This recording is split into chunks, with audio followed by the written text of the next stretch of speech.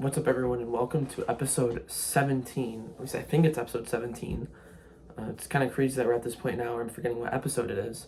Of the Bronx and Big Blue Breakdown. I'm your host, Brady Heslin, and today it's going to be a different style of episode with the New York Giants not playing last week because of the bye week.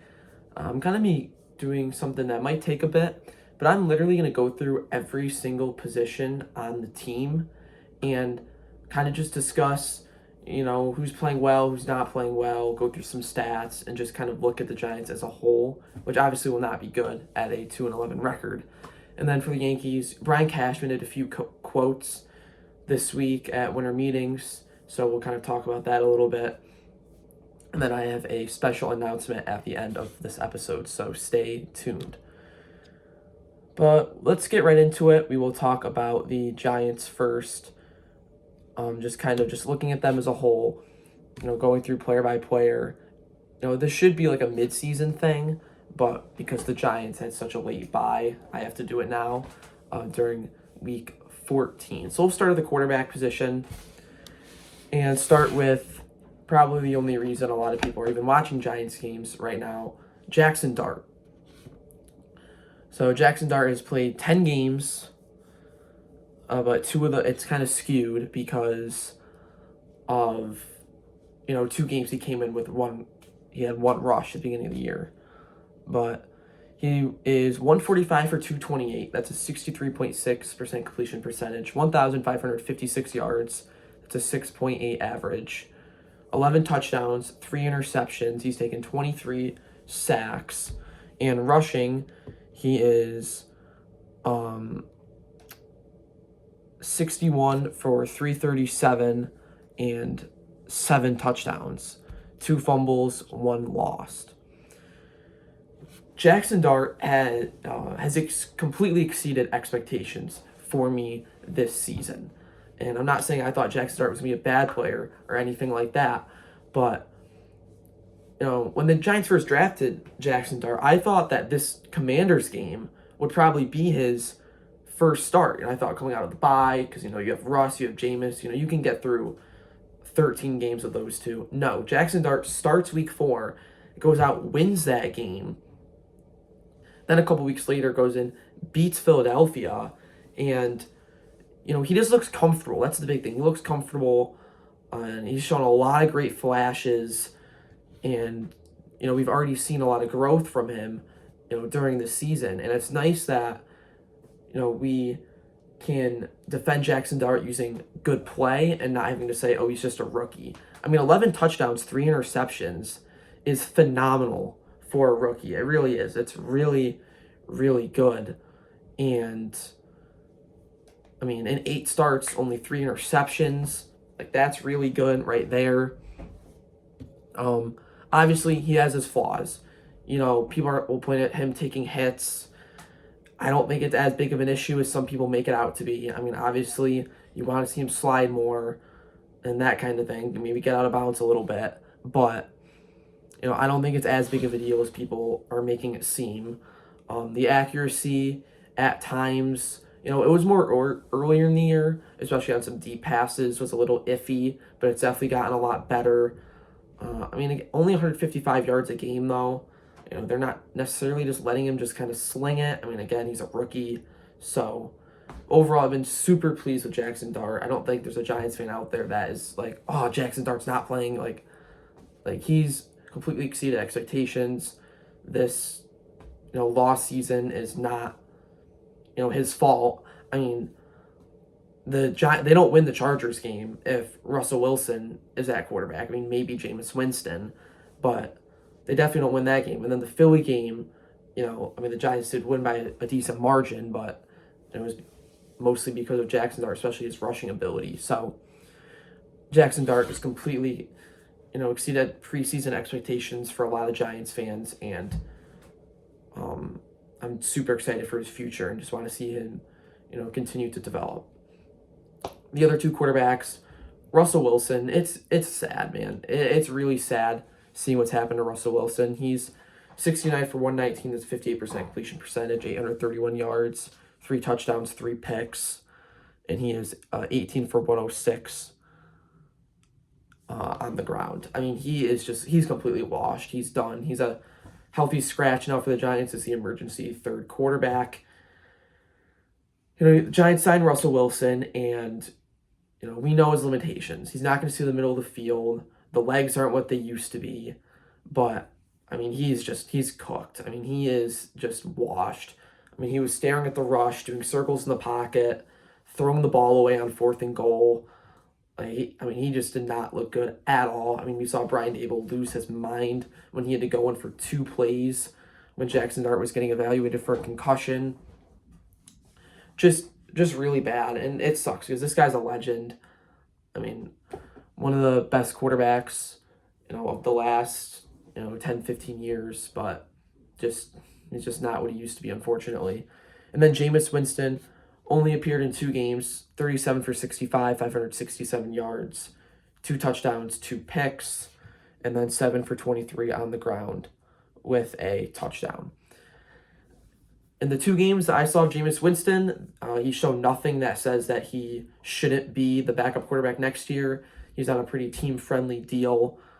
Obviously, we know he's a great locker room guy, good leader for Jackson Dart, and he's going to keep the Giants in games. He's going to throw interceptions. That's just his play style, but the whole playbook is really open except for like QB design runs with Jameis Winston on the field.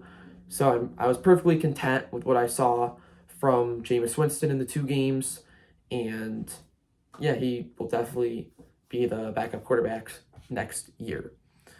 So that's the quarterbacks. Moving on to the running backs. I'll start with Cam Scadaboo. He was 100 carries for 410 yards.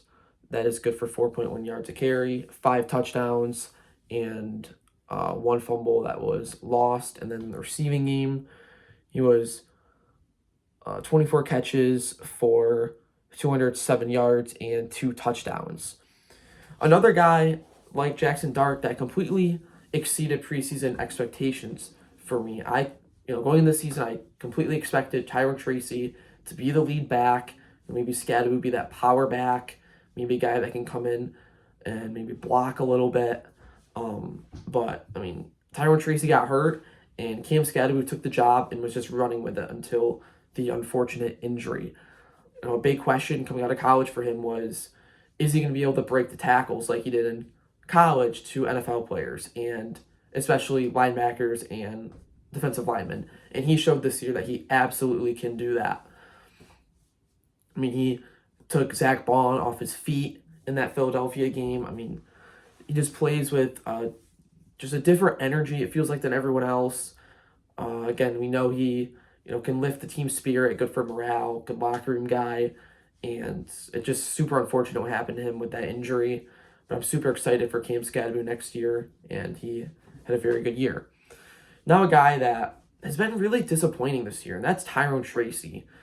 He has 113 carries, 434 yards. That's only 3.8 yards a carry. He's got a touchdown. In the receiving game, he is 22 for 203, and no touchdowns there. But he does have a fumble this year, which is good. We've seen him have some fumble issues in the past, but just really disappointing. I mean, last year, it seemed like Joe Shane, hit on the 5th round pick that was Tyrone Tracy, and then, I mean, this year just doesn't look like the same guy. He's not really hitting the hole hard. He's kind of just like dancing around a little bit. And he struggled to stay healthy as well. We saw him leave the last game with a heel injury, and then obviously he hurt his shoulder earlier in the year, and he missed 2 games with that. So, we'll see if he's even the RB2 next year. I mean, there's been games where Devin Singletary gets more carries than Tyrone Tracy, so we'll see. Just really disappointing. Wanted to see him take another step up from his really good rookie year, and he just hasn't done that.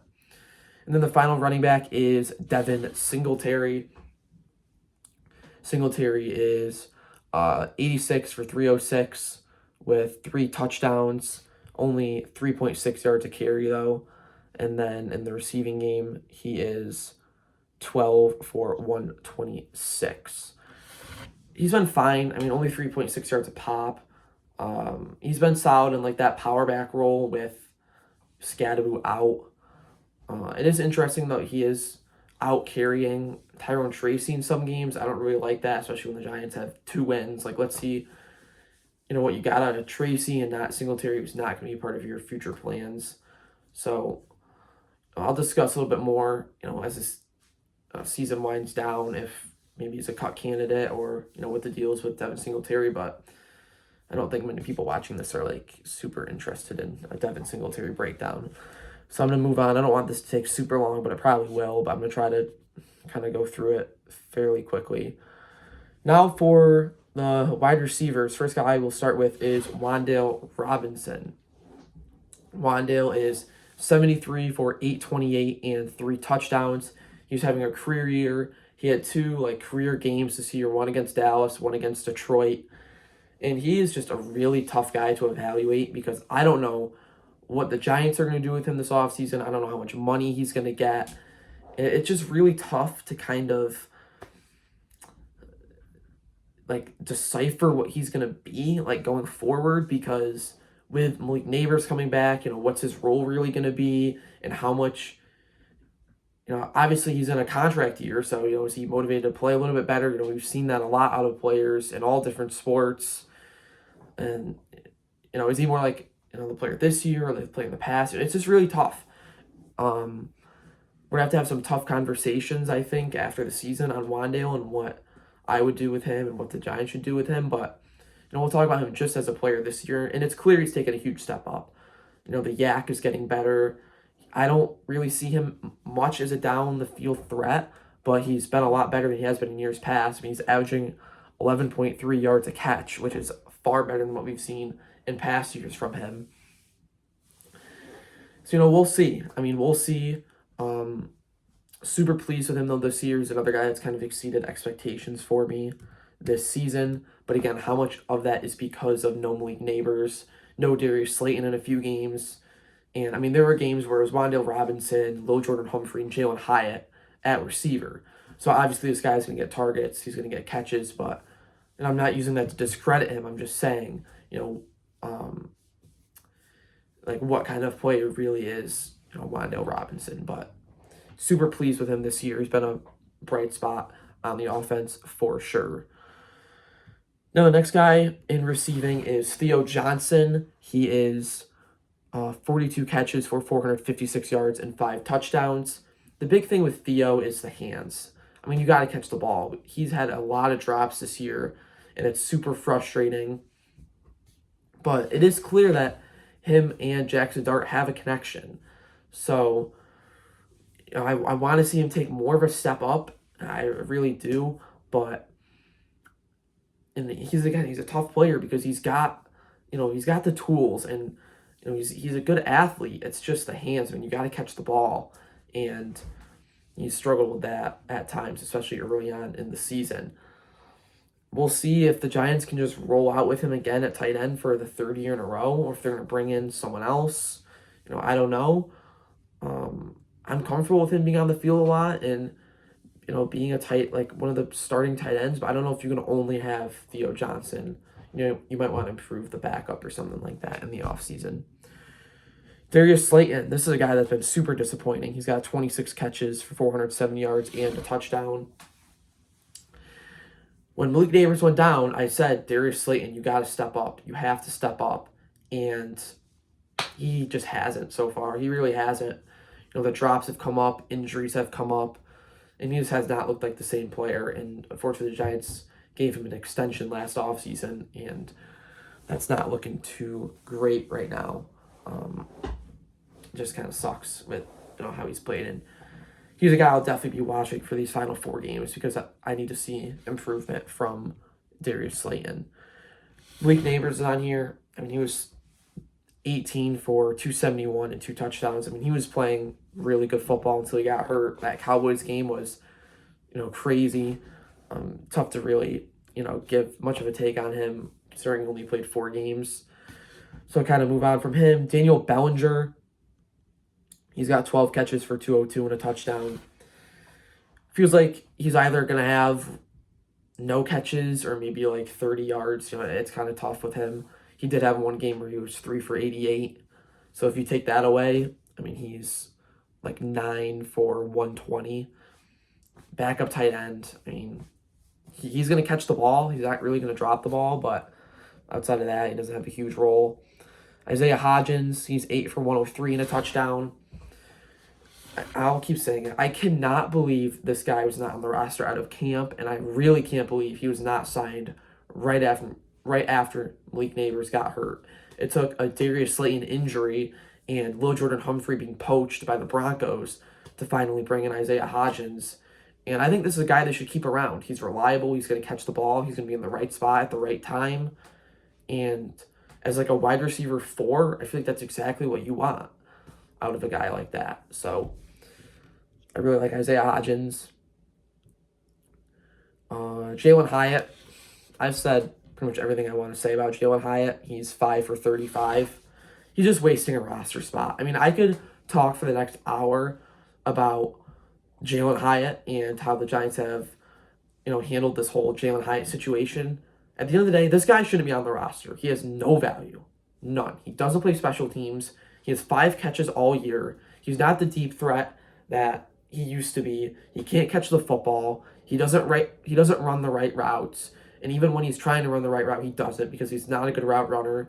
He's just terrible. I mean, Amir Smith-Marset should be on this roster over Jalen Hyatt. Turbo Miller should have been on the roster when the Giants had 2 running backs over Jalen Hyatt.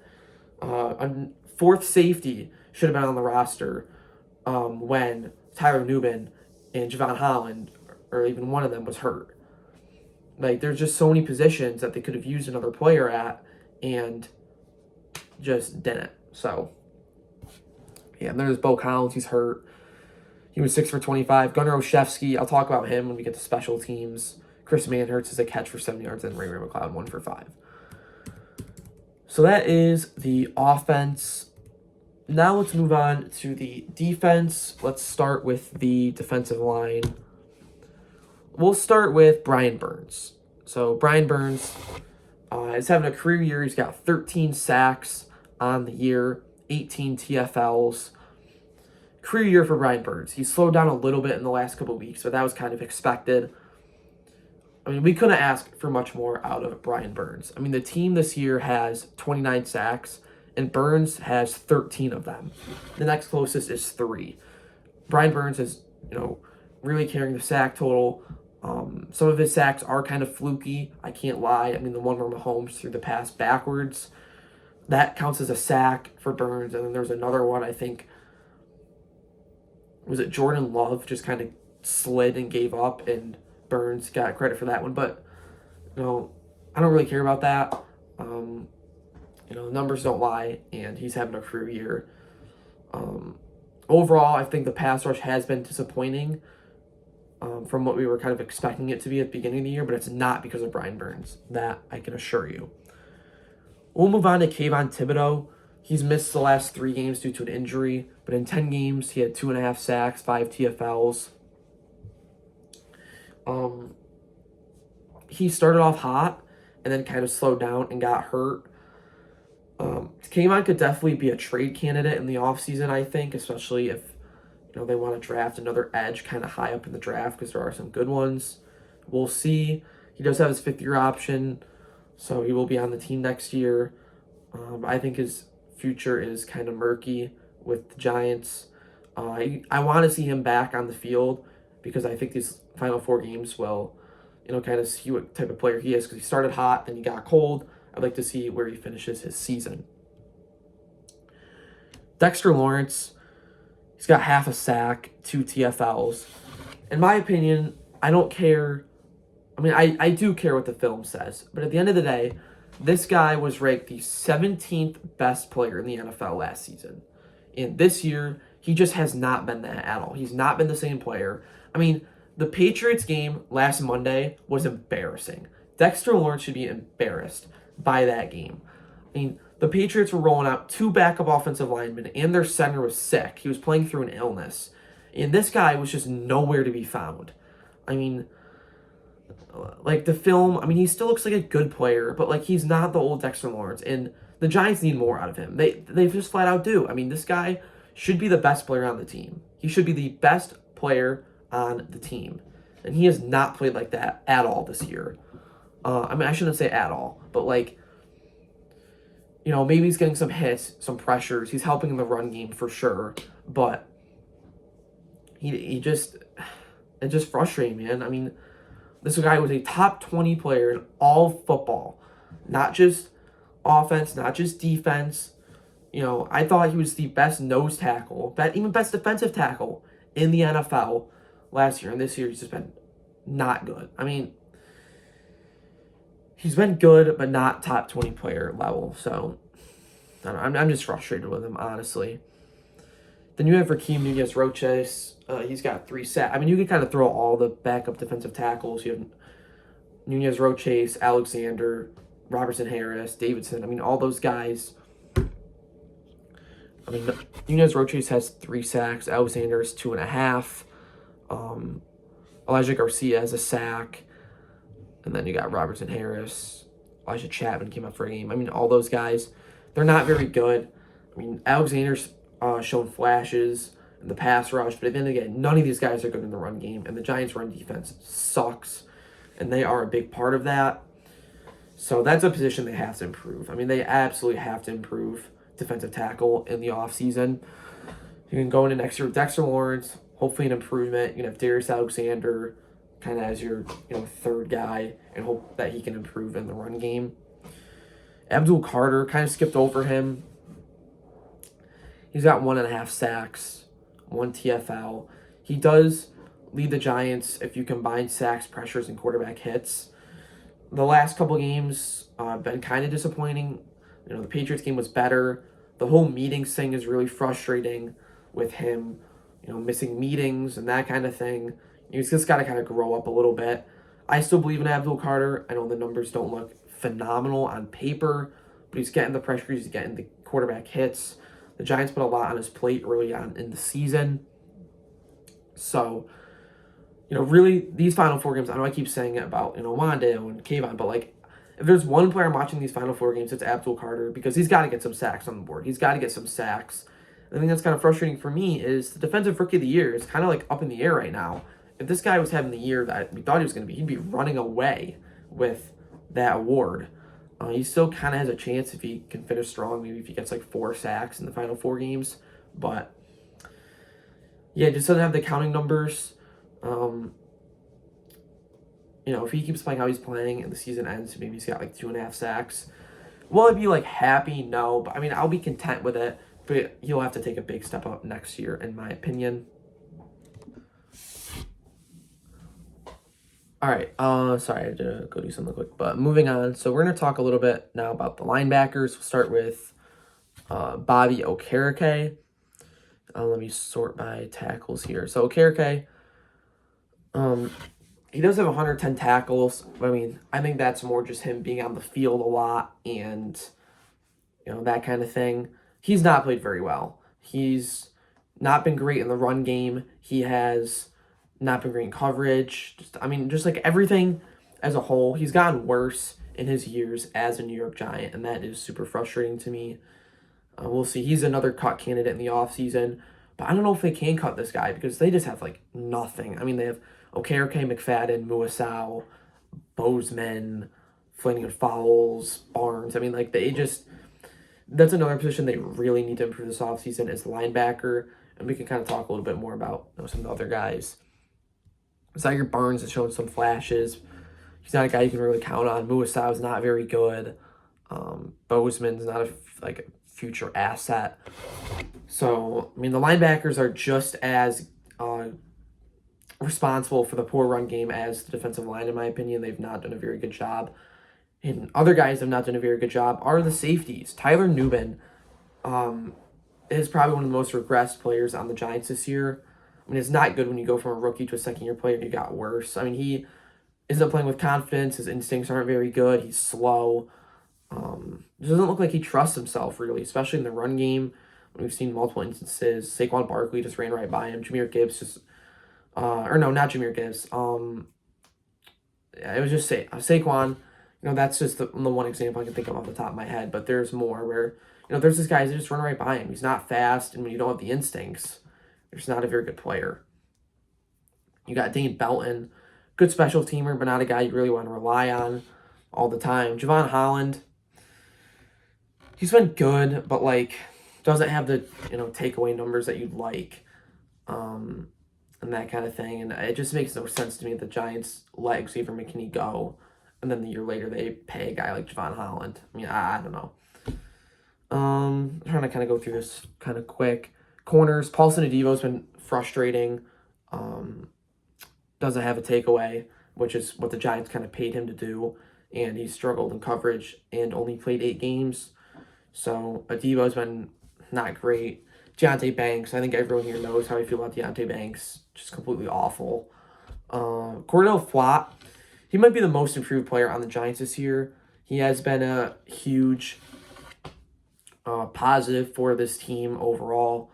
And again, he's a free agent, so it's tough to, kind of navigate what you want to do with him and that kind of thing. But just been a huge positive for this defense. Drew Phillips, roller coaster player.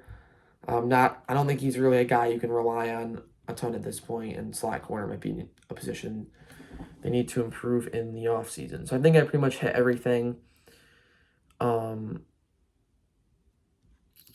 Except I didn't get to talk about the offensive line on offense.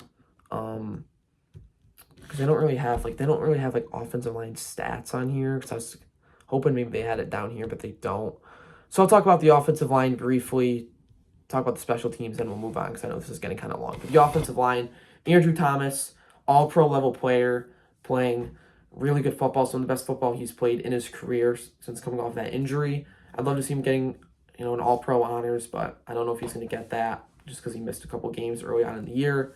Got to at least make a Pro Bowl, though. I saw he was at top 10 in Pro Bowl voting. I thought that was ridiculous. John Runyon's the definition of average at left guard. JMS at center.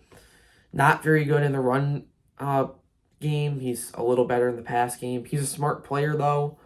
But, again, he's kind of, I think, average at best. Honestly, just because he's not very good in the run game. Greg Van Roten. Again, he's a smart player. He's older. Not a guy you can rely on in the future. So I think right guard's a position they're going to have to improve in the offseason, because I don't think you can roll Greg Van Roten out there again for the 3rd straight year on a 1-year deal. And then Jermaine Illuminor, he's a tough one. I mean, he's a really good right tackle. I think he's, right around that Pro Bowl level. But he's a free agent, and he's going to want some money. And it'll be interesting to see if the Giants are willing to pay that. I think they should. I think they should do everything they can to protect Jackson Dart. I think Jermaine Illuminor should be probably their top priority, and then Flott, and then Wandale. It's kind of my thoughts on the offensive line. And then special teams. Garner Olszewski, I think, has done a really good job as a returner. I did fumble last week and get a concussion on the kick return. I don't think that was really his fault. I mean, that should have been a 15-yard penalty. It was clear helmet-to-helmet contact. The end came right off his helmet. I wanted Amir Smith-Marset on the team over Garner Olszewski. I still think that, I don't know. Garner Olszewski's done a good job. That's all I really say. And then Jamie Gillen's been kind of frustrating recently punting. You feel like he's constantly shanking punts, and it's just annoying. So I think they might try to improve that there. And then the kicker situation. Don't even get me started. Graham Gano shouldn't be on the roster. Younghoe Koo. It's still annoying me how he answered that. The ball's wobbling. I don't care if the bottom of the ball is wobbling. I'd rather you kick the ball on a ground ball than not kick it at all, and then Jamie Gillen takes a 13-yard sack. Just kick the ball, dude. And then Jude McAtomney. Remember him? I feel like that was forever ago at this point. Just a disaster. He's not even on the team anymore. So that's kind of my Giants breakdown. I might do something kind of similar at the end of the year, just kind of going through everything. But I'll probably tie that more into a free agency preview. But that's a conversation for another day. Now let's move on to the New York Yankees. So I'm going to try and pull up some Brian Cashman quotes from winter meetings, get a few interviews. The main thing I took away is it sounds like Luke Weaver's not coming back. because he did say we lost Devin and Weaver. He also said that he feels they are too left-handed heavy right now. So we'll see. Maybe that involves some sort of trade with somebody. We'll see. But yeah, I'm trying to look up. Let's try and get some quotes here. But yeah, he really stressed the bullpen and improving the bullpen. He mentioned pieces like Bednar and Doval, like how he got controllable pieces at the deadline, but he did stress that they need to, improve that position both externally and internally. Let's see here. Yeah, he said we are too left-handed right now, without a doubt. So I would expect some sort of trade, bringing in some right-handed bats. I think they'll probably bring in I'd like to bring in a right-handed catcher, honestly. I'd like to see that. They're going to have to get a righty first baseman. Yeah, I think at least those two spots for sure. Maybe, I'd like to see them bring back Ahmed Rosario. I think that's certainly a possibility. But yeah, Don Mattingly was not elected to the Hall of Fame. He got 6 votes out of 12. So that's some other Yankee news there. So kind of slow so far, Yankees-wise. Really just waiting for the Cody Bellinger domino to fall, and I think some things will start, going into place there. Again, really just got to see some bullpen pieces coming in this team because, they have Bednar, Doval, Hill, and then it's like it gets kind of iffy after that. So, they certainly have some pieces right now, but they need a lot more, just like arms and just reliable arms in the bullpen. So that's all I really got for the Yankees. No studs and duds this week with no games being played. So this week in history. So on December 7th, 2022, Aaron Judge signed his 9-year, $360 million extension with the New York Yankees. So he's officially a third of the way through that contract. It's looking like a steal right now. I do worry a bit for the end of that contract, but at the time, you cannot worry about that at all. They had to get Aaron Judge back, and so far, it's been a bargain of a deal. So, if the guy's not quite the same player that he is in year 8 of the deal, I don't really care. This guy's the captain. They had to bring him back, and fortunately, they did. And then on December 8th, 1963, the Giants blew out the Washington Redskins 44-14. So we'll see if they can have that same luck this upcoming Sunday against the Commanders. All right, so looking forward for the Giants, they will be taking on the Washington Commanders. Last time I checked, they're actually 1.5 favorites. If that holds, it would be the first time the Giants are favorites all year in a game. I honestly think the bye week kind of made people forget just how bad the Giants really are, and seeing the Daniels and Ertz injuries, I think, kind of are scaring people about Washington. So if you guys watched last week's episode, you'll know, but I will be at the game. So I will be at MetLife Stadium in the cold. It's supposed to be like 20-some degrees, all bundled up. I will be at the game. And just a little, backstory. So in my family, my dad's side are Giants fans. My mom's side are Commanders fans. So I'm going to be going with my dad, my uncle, my cousin, my grandpa. We'll all be going. Some Washington fans, some Giants fans. And I was just texting with my cousin. So we are currently planning to do a short live stream outside of MetLife Stadium before the game.